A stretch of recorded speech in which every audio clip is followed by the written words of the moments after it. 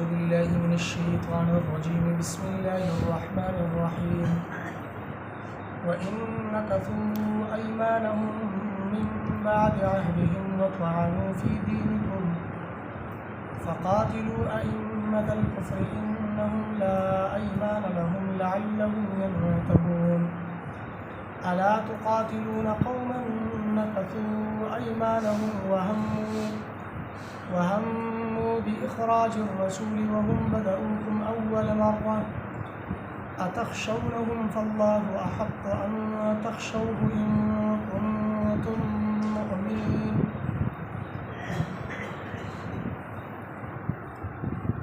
هذه آيات مباركة کی د بیلوزو سړي او په دین کې د عیب لګول والا مشرک کافر منافق سره د قتال او د جهاد حکم دی. لکه مشرکین مکه پیغمبر صلی الله علیه وسلم سره چې کوم دوز کړو نو د هغه دوز خلاف ورزي وکړله او هغه دوز یې خپل هغه مات پوره یې لکه خپل دوز. نو په دې وجه باندې الله رب العزت مسلمانانو له د قتال اجازه ورکړه چې دا مشرکین چې تاسو سره دوز کړو معاهده یې کړوه تر سره یې نه کړله نو جنګېږئ ورسره. بیا هغه خلک چې هغه د لوز ماتولو سره سره معاهدې ختمولو سره سره په دین کې عیب هم لټي په دین باندې الزام تراشیانی کوي د خلقو په زړونو کې شکوک او شبهات پیدا کوي او په دین اسلام باندې طنز کوي بېجا اعتراضونه کوي نو دا خو دوګنه مجرمان شي. تو سره خو بیا بطریقه اولا جنګېدل جایز دي او داسې خلک چې کوم لوز هم ماتي او په دین کې عیب هم لګي نو د دې خلکو چې کوم مشران دي د مشرانو سره جنګېږي ځکه چې دوی خپل د مشرانو په باور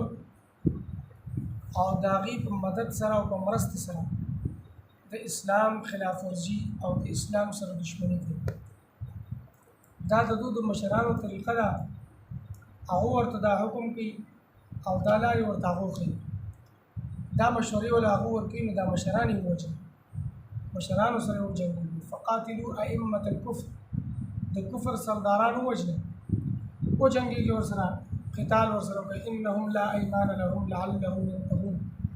دا کافر خو داسې خلق دی او دا مشرکین چې د دوی د قسمونو هېڅ اعتبار نشته لکه بعضې خلک وي هغو سره د قسم د قرآن د دې عظمت او د دې مقام نه نو هرې خبرې کې به وایي چې زما قسم دی په ما پسې د قرآن شي په هر خبرې کې به دا قسم او قرآن کوي د قسم او د قرآن عظمت ورسره نه وي. نو د کافر او د مشرکو دغه مثال دی چې دو سره د قرآن او د قسم د دې عظمت د دې قدر او احترام نشته دی نو د دوی د قسمونو اعتبار هم نشته دی د دوی قسمونه هېڅ قسمونه نه دي.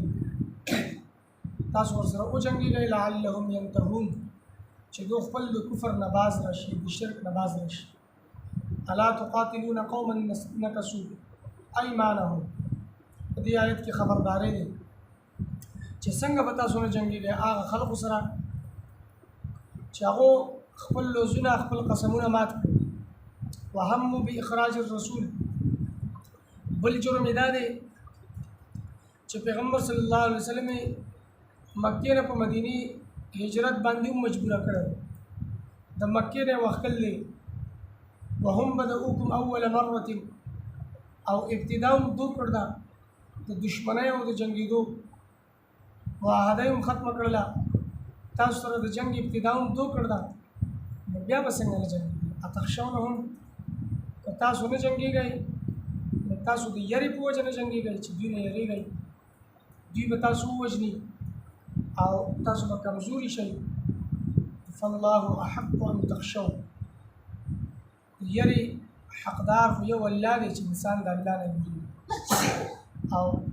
ایماندار سړی چې دی هغه به الله نه یریږي ماسوا د الله نه بل چا نه به هغه نه یریږي که هغه د کفر سرداران دي او که د شرک سرداران دي هغه که د یهودو په اشارو چلیږي او که د نصاراو په اشارو باندې چلیږي خو مؤمن سړی به د الله نه یریږي د ده په زړه کې به د الله خوف وي د الله یره وي د غیر الله خوف او یره به نه وي فالله احق ان تخشوا حق خدا دی چې الله نه ویریږي ان کنتم مؤمنین که چېرته تاسو مؤمنان یئ که ایماندار یئ نو د الله نه یریږئ غیر الله نه مه یریږئ کافرو سره مشرکو سره جنګېږئ قتال ورسره کوئ د هغو خوف د هغو یره خپل په زړه کې مه راوړئ وان نکثوا ایمانهم من بعد که چېرته دوی مات کړي قسمونه خپل وروستو عهدهم د لوز خپل نه وطعنوا فی دینکم او طعن ولګو په دین کې فقاتلون پس کو جنگېږئ ائمة الکفر مشران د کفر سره انهم لا ایمان لهم یقینا دوی چې دي اس اعتبار نشته د دې قسمونو لعلهم ينتهون جنگېږئ دوی سره د دې دپاره چې دوی باز راشي د خپل کفر نه الا تقاتلون آیا نه به جنګېږئ تاسو قوما داسې قوم سره نه کسو ایمانهم چې دوی مات کړ دي خپل قسمونه وهموا باخراج الرسول او قصد کړی دی په وختلو د رسول صلی الله علیه وسلم